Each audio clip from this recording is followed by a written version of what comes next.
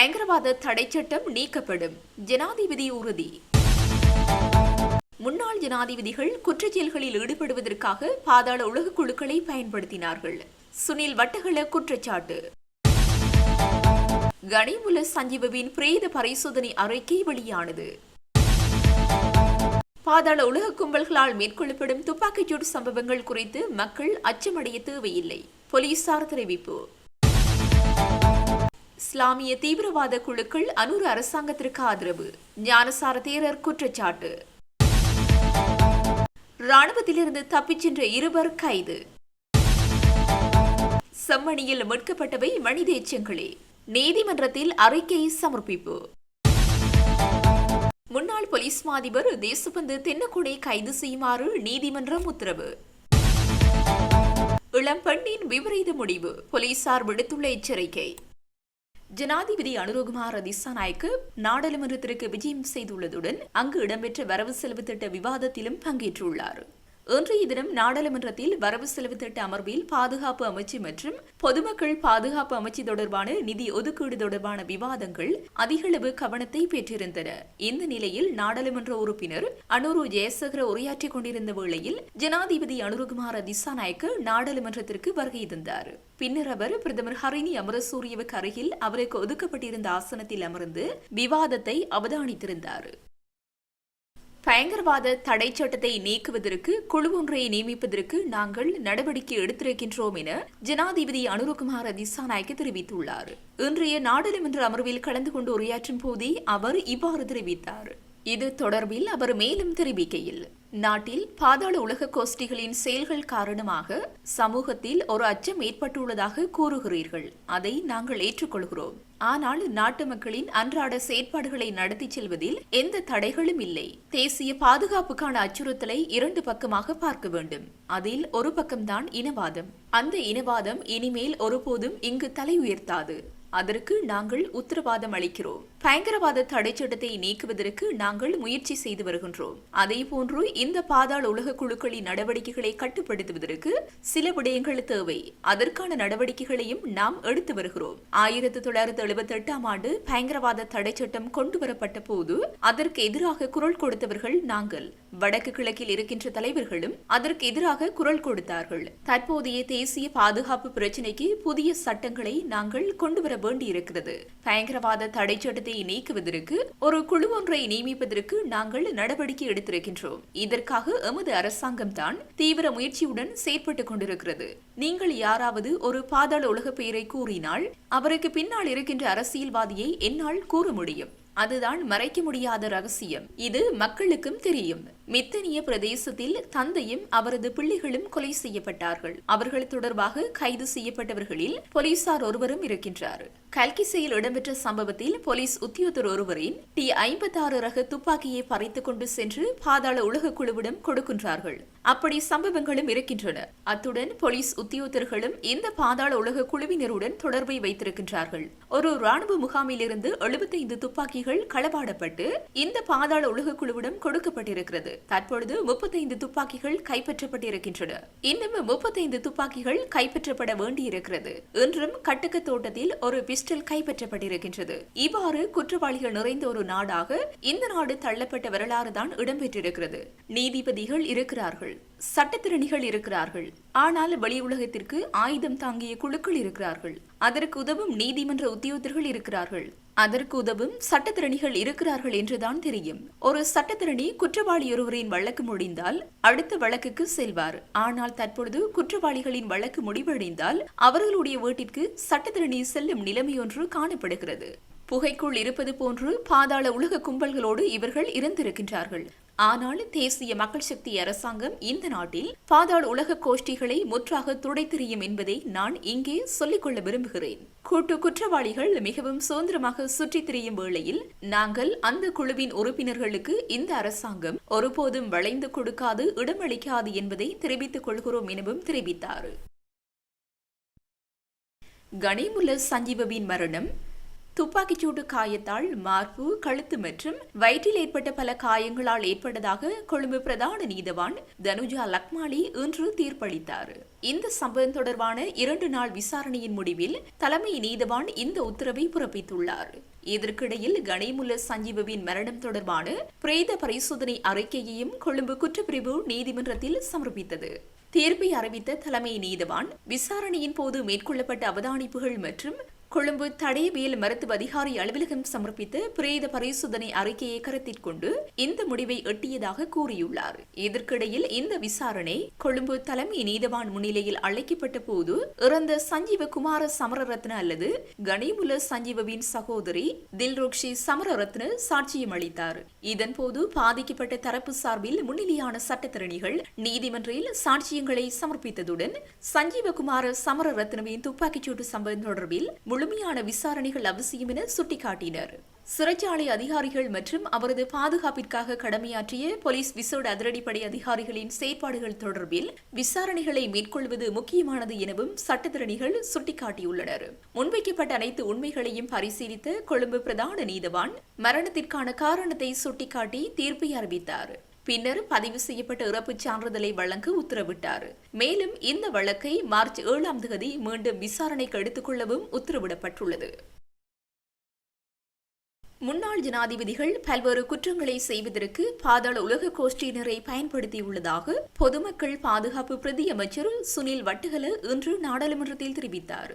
கடந்த காலங்களில் பாதாள உலக கோஷ்டியினரின் போதைப்பொருள் வர்த்தகர்களும் அரசியல்வாதிகளுடனே அதிகமாக தொடர்புகளை பேணி வந்தனர். அரசியல் அதிகாரத்தை வைத்தே இவர்கள் கடந்த காலங்களில் செயற்பட்டு வந்துள்ளனர். மறைந்த ஜனாதிபதி JR ஜெயவர்தன கோணாவல சுனிலை பயன்படுத்தி உச்ச நீதிமன்ற நீதிபதியின் வீட்டின் மீது கல்லெறிந்தார்.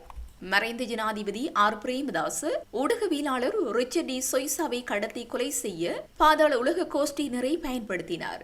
ரிச்சர்ட் சொய்சாவின் கடத்தல் கொலை தொடர்பில் எடுத்துரைக்கும் ராணி திரைப்படம் இந்த நாட்களில் திரையிடப்படுகிறது.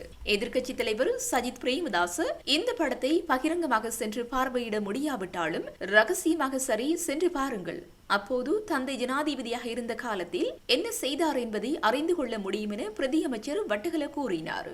முன்னாள் ஜனாதிபதி சந்திரிகா பண்டாரநாயக்க தனது ஆட்சி காலத்தில் நாவல நிகாலை பயன்படுத்தி பாதாள உலக செயற்பாடுகளை மேற்கொண்டார். முன்னாள் ஜனாதிபதி மஹிந்த ராஜபக்ஷ பாதாள உலக குழுவைச் சேர்ந்த ஜூலம்பிட்டி அமரை மற்றும் வம்போட்டாவுடன் தொடர்புடையவர்.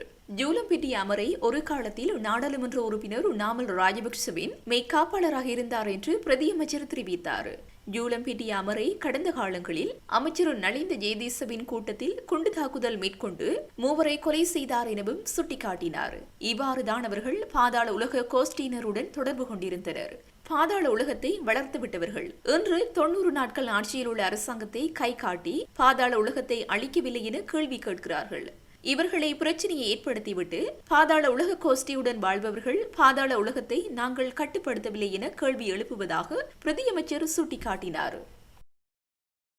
பாடசாலை மாணவர்களுக்கு காலணிகள் வழங்குவதற்கான வவுச்சர் சீட்டுகளின் செல்லுபடியாகும் காலம் நீட்டிக்கப்பட்டுள்ளது. இதற்கு முன்னர் காலணிகளுக்கான வவுச்சர் சீட்டுகள் செல்லுபடியாகும் காலம் பிப்ரவரி மாதம் 28ஆம் தேதி என குறிப்பிடப்பட்டிருந்தது. இதேவேளை காலணிகளுக்கான வவுச்சர்களின் செல்லுபடியாகும் காலத்தை மார்ச் மாதம் 20ஆம் தேதி வரை நீடித்துள்ளதாக குறிப்பிட்டு கல்வி அமைச்சு அறிக்கை ஒன்றை வெளியிட்டுள்ளது. யாழ் செம்மணியில் மீட்கப்பட்ட எச்சங்கள் தொடர்பான வழக்கு 2வது முறையாக நீதவான் ஆனந்தராஜா முன்னிலையில் விசாரணைக்கு எடுத்துக் கொள்ளப்பட்டது. இதன்போது சட்ட வைத்திய அதிகாரி தனது அறிக்கையை நீதிமன்றத்தில் சமர்ப்பித்தார். அந்த பகுதியில் 40ற்கு மேற்பட்ட எலும்பு மாதிரிகள் பெறப்பட்டதாகவும் அவற்றில் 2 மாதிரிகளை விட ஏனைய அனைத்தும் மனித எச்சங்களின் மாதிரிகளாக உள்ளதாக சட்ட வைத்திய அதிகாரியின் அறிக்கை மூலம் விஞ்ஞான ரீதியாக உறுதிப்படுத்தப்பட்டது. இதுகுறித்து முதற்கட்ட ஆய்வினை மேற்கொள்ள வேண்டும் என யாழ்ப்பாணம் போதனா வைத்தியசாலையின் சட்ட வைத்திய அதிகாரி பிரணவன் செல்லையா நீதிமன்றத்தின் கவனத்திற்கு கொண்டு வந்தார். அத்துடன் 2 அடி ஆழத்திற்கு கீழேதான் இந்த மனித எச்சங்கள் எடுக்கப்பட்டுள்ளதாகவும் இது தொடர்ச்சியாக மனித எச்சங்களால் நிறைந்த பகுதியாக உள்ளதா அல்லது தனிப்பட்ட புதைகுழியாக உள்ளதா என்பதை கண்டறிய ஆய்வினை தொடர வேண்டும் என தனது அறிக்கையில் குறிப்பிட்டுள்ளார். அந்த வகையில் மூத்த தொல்லியல் ஆராய்ச்சியாளர் ராஜ் சோமதேவா இந்த ஆய்வினை மேற்கொள்ள விரும்புவதாக தெரிவித்துள்ளதாகவும் ராஜ் சோமதேவா கொக்குத்தொடுவாய் மனித புதைகுழி தொடர்பான ஆய்வினையும் மேற்கொள்வதாக கூறினார். இவற்றை கருத்தில் கொண்ட நீதவான் முதற்கட்ட ஆய்வானது ஸ்கேன் மூலம் செய்யப்படும் என்றும் எதிர்வரும் மார்ச் 4ஆம் தேதி பிற்பகல் 3 மணிக்கு இது தொடர்பான கலந்துரையாடல் மன்றில் நடைபெறும் எனவும் காலநிலையை கருத்தில் கொண்டு இந்த ஆய்வு மேற்கொள்ளப்படும் என்றும் தெரிவித்துள்ளார். நாட்டில் பாதாள உலக கும்பல்களால் தொடர்ந்து இடம்பெறும் துப்பாக்கிச்சூட்டு சம்பவங்கள் குறித்து பொதுமக்கள் அச்சமடைய தேவையில்லை என போலீசார் தெரிவித்துள்ளனர். நாட்டில் கடந்த சில நாட்களாக தொடர்ந்து துப்பாக்கிச்சூட்டு சம்பவங்கள் பதிவாகி வருகின்றன. இவ்வருடத்தின் இதுவரையான காலப்பகுதிக்குள் 18 துப்பாக்கிச்சூட்டு சம்பவங்கள் பதிவாகியுள்ள நிலையில் அவற்றில் 12 துப்பாக்கிச்சூட்டு சம்பவங்கள் பாதாள உலக கும்பல்களுடன் தொடர்புடையவையாகும். மேலும் 2023ஆம் ஆண்டில் 120 துப்பாக்கிச்சூட்டு சம்பவங்கள் பதிவாகியுள்ள நிலையில் அவற்றில் 65 துப்பாக்கிச்சூட்டு சம்பவங்கள் பாதாள உலக கும்பல்களுடன் தொடர்புடையவை என்பதுடன் 2024ஆம் ஆண்டில் 103 துப்பாக்கிச்சூட்டு சம்பவங்கள் பதிவாகியுள்ள நிலையில் அவற்றில் 56 துப்பாக்கிச்சூட்டு சம்பவங்கள் பாதாள உலக கும்பல்களுடன் தொடர்புடையவையாகும். பாதாள உலக கும்பலைச் சேர்ந்த கனிமுல சஞ்சீவ என்பவர் கொழும்பு புதுக்கோட்டை நீதிமன்றத்திற்குள் வைத்து கடந்த 19ஆம் தேதி சுட்டுக் கொல்லப்பட்டார். பழிவாங்கும் நோக்கத்தில் பாதாள உலக கும்பல்களால் தொடர்ந்து இடம்பெறும் துப்பாக்கிச்சூட்டு சம்பவங்களினால் பொதுமக்கள் அச்சத்திற்குள்ளாகியுள்ளதாக போலீசார் தெரிவித்துள்ளனர். ராணுவத்திலிருந்து தப்பிச் சென்ற இருவர் கண்டி பிரதேசத்தில் வைத்து இன்று கைது செய்யப்பட்டுள்ளனர். போலீசாருக்கு கிடைத்த தகவலின் பேரில் குருந்தவத்த மற்றும் புவரஸ் ஆகிய போலீஸ் பிரிவுக்குட்பட்ட பகுதிகளில் மேற்கொள்ளப்பட்ட சுற்றி வளைப்பின் போதே சந்தேக நபர்கள் கைது செய்யப்பட்டுள்ளனர். கைது செய்யப்பட்ட சந்தேக நபர்கள் இருவரும் 33 மற்றும் 35 வயதுடையவர்கள் ஆவர். சந்தேக நபர்கள் இருவரும் இலங்கை ராணுவத்தின் போலீஸ் படையினரிடம் ஒப்படைக்கப்பட உள்ளதாக போலீசார் தெரிவித்தனர். இலங்கையில் மிகவும் ஆபத்தான பயங்கரவாத குழு இன்னும் அனுருகுமாரவுடன் உள்ளதாகவும் அதனை கூறுவதற்கு நாம் பயப்பட வேண்டுமா எனவும் பொதுபல சேனா அமைப்பின் பொதுச் செயலாளர் கலகொட அத்தை ஞானசாரதேர தெரிவித்தார். சிறையிலிருந்து பிணையில் விடுவிக்கப்பட்ட பின்னர் ஊடகவியலாளர் சந்திப்பில் உரையாற்றும் போது அவர் இவ்வாறு தெரிவித்தார். தற்போதைய அரசாங்கத்தில் பலர் முஸ்லிம் தீவிரவாதத்தை வளர்ப்பதில் குறிப்பிடத்தக்க பங்களிப்பை செய்துள்ளதாக கூறியவர் இலங்கையில் செயற்படும் பல இஸ்லாமிய தீவிரவாத குழுக்கள் தற்போதைய அரசாங்கத்திற்கு ஆதரவளிப்பதாகவும் குற்றம் சாட்டுகிறார். பொதுபல சேனா அமைப்பு யாரையாவது ஒப்பந்தம் செய்திருந்தால் அதை நிரூபிக்க அரசாங்கத்திற்கு சவால் விடுகிறோம். ஈஸ்டர் தாக்குதலுக்கு முன்பே நாங்கள் கர்தினாலை சந்தித்து அவருடன் விரிவான கலந்துரையாடல்களை நடத்தினோம். சாத்தியமான அச்சுறுத்தல் குறித்து அவருக்கு எச்சரித்தோம். ஆனால் அவர் எங்கள் எச்சரிக்கைகளை புறக்கணித்து விட்டார். பொதுபல சேனா அமைப்பின் பொதுச் செயலாளர் என்ற வகையில் தாக்குதல் குறித்து சம்பந்தப்பட்ட அதிகாரிகளுக்கு தெரிவிக்க எங்களுக்கு அதிகாரம் இருந்தது.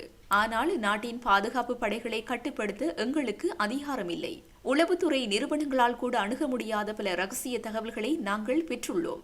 இந்த தாக்குதல் குறித்து 2014 முதல் நான் எச்சரித்து வருகிறேன். அந்த நேரத்தில் நான் சம்பந்தப்பட்ட அரசாங்க தலைவர்களுக்கு 17 கடிதங்களை அனுப்பினேன். நாட்டில் வேறு பல தீவிரவாத குழுக்கள் தோன்றுவது குறித்தும் நான் கவலை தெரிவித்தேன். கோட்டபய ராஜபக்ஷ அரசாங்கத்தின் கீழ் நிறுவப்பட்ட ஒரே நாடு ஒரே சட்டம் என்ற ஜனாதிபதி செயலணி மூலம் தொடர்ச்சியான மத தீவிரவாத குழுக்கள் பற்றிய விரிவான தகவல்களை நாங்கள் கண்டுபிடித்தோம். அரசாங்கத்தின் எந்த உதவியும் இல்லாமல் இந்த தகவல்கள் அனைத்தையும் நாங்கள் சுயாதீனமாக சேகரித்தோம். நாட்டின் இன ஒருமைப்பாட்டை பாதுகாக்கும் நலன்களுக்காகவே நாங்கள் அதை செய்தோம். நாங்கள் இறுதியாக அறிக்கையை சமர்ப்பித்தோம். ஆனால் துரதிர்ஷ்டவசமாக எந்த நடவடிக்கையும் எடுக்கப்படவில்லை எனவும் தெரிவித்தார்.